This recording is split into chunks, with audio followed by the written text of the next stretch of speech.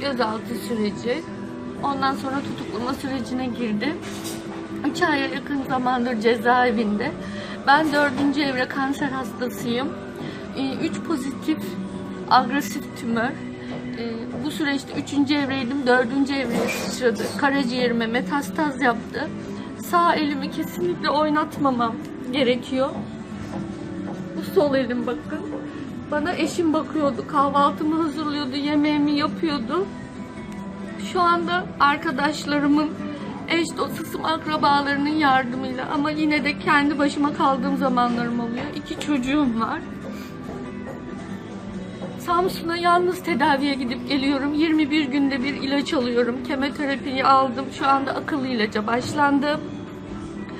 Ve pazartesi sabahı ihraç edildiğim haberini duydum. Yıkıldım. 20 yıllık emek verdiğim Ayancık Belediyesi'nden ihraç edilmek beni çok üzdü. Suçumu bilmiyorum, ifadem alınmadı, gözaltına alınmadım. Suçum ne gerçekten bilmiyorum. Sağlık tedavim devam ediyor. 10 günlük tedavi hakkım varmış. Ben daha tedavim 1,5-2 yıl daha devam edecek.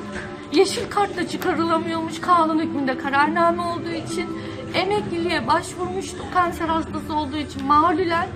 Henüz bir cevap gelmedi. 4-5 ayı bulurmuş. Ama benim bu tedavim her seansı 17 milyar. Ben bu 4 ay içinde 21 günde bir 17 milyarı nereden bulacağım?